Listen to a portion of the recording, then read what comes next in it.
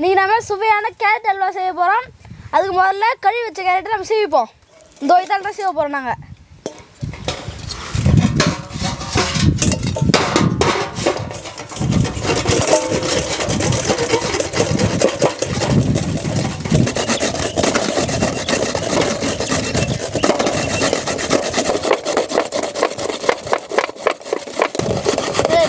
ஒரு ஒன்றாவது கேரட்டு சீவுனுங்கிறா நான் சைஸுக்கு ஏற்ற மாதிரி தானே செய்ய முடியும்.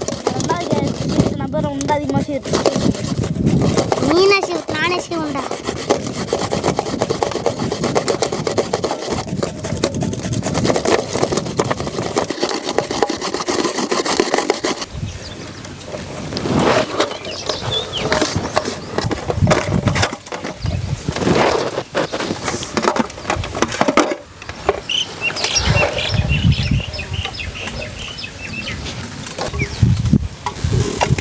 இப்போ அடுப்பு பற்ற வச்சிக்கலாம். அடுப்பு பற்ற வச்சுட்டு சின்ன சின்ன விறகுங்களை உடச்சி வச்சு அப்புறம் கேரட் அல்வா செய்யலாம். நம்ம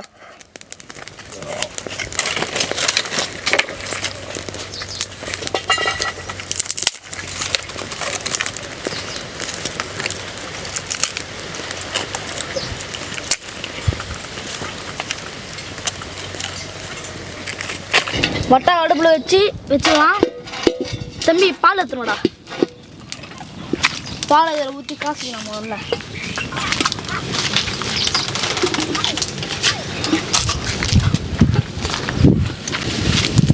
இப்போ வந்து பால் ஊற்றிக்கலாம்.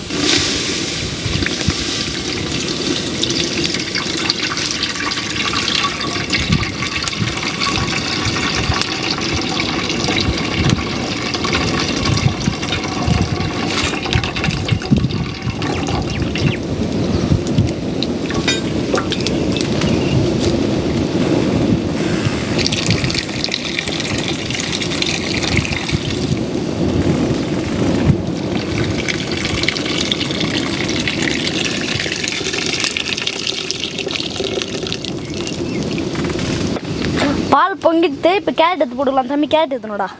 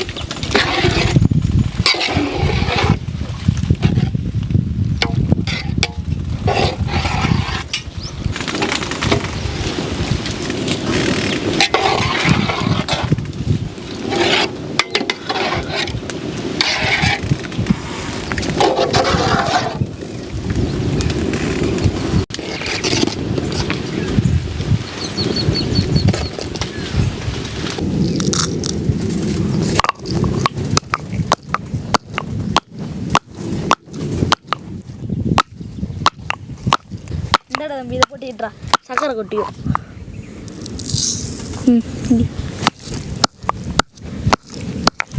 வெயில அடிக்கிறான். கல்ல வந்து நெருப்பெல்லாம் போகுது.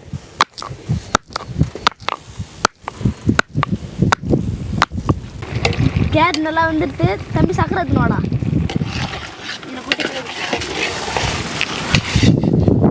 தம்பி சக்கரை ஓட்டுறான்.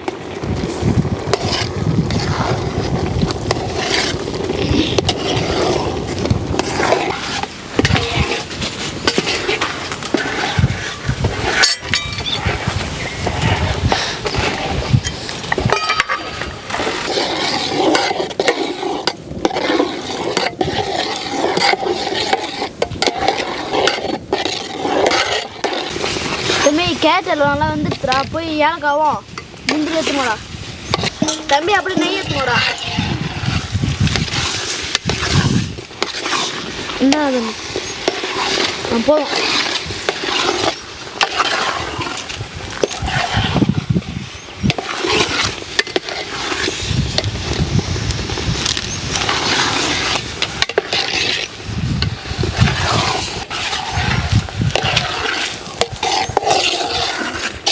ஏலக்காவும் சக்கரை அப்புறம் இடிச்சு வச்சோம்ல அது போடா.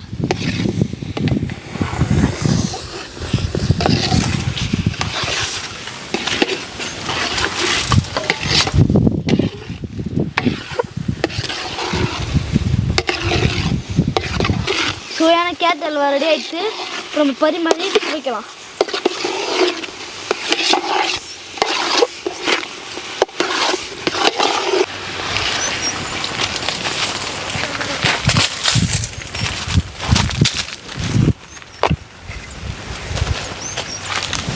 சுவையான கேரட் அல்வா வந்து ரெடி ஆகிடுது. இப்போ நம்ம இலையில எடுத்து போட்டு சாப்பிட்லாம்.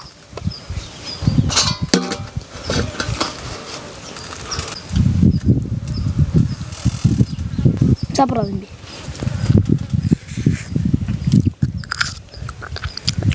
செம்ம டேஸ்ட்டாக இருக்குது. கேரட் அல்வா வந்து நல்லா டேஸ்ட்டாக இருக்குது. இதேமாரி நீங்களும் வீட்டில் ட்ரை பண்ணி பாருங்கள். செம்ம டேஸ்ட்டாக இருக்குதுல்லடா. ஆமாண்டா.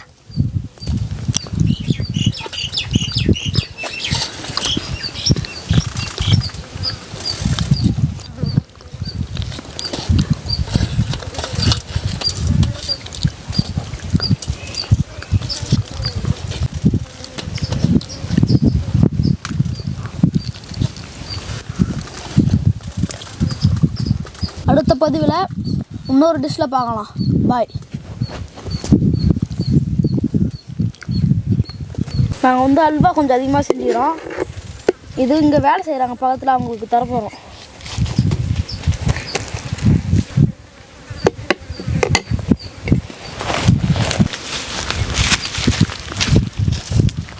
நாங்கள் எடுத்துக்கண்ணா, நாங்கள் இங்கே செஞ்சோம்.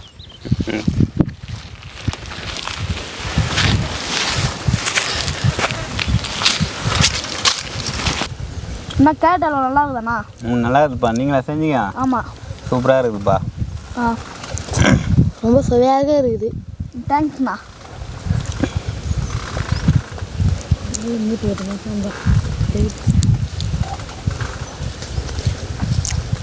கேரட் அல்வா வந்து நல்லா சூப்பராக இருந்தது. இதேமாரி நீங்களும் வீட்டில் ட்ரை பண்ணி பாருங்கள். உங்கள் பசங்களுக்கு கண்டிப்பாக பிடிக்கும். அடுத்த பதிவில் சூப்பரான டிஷ்ஷை பார்க்கலாம்.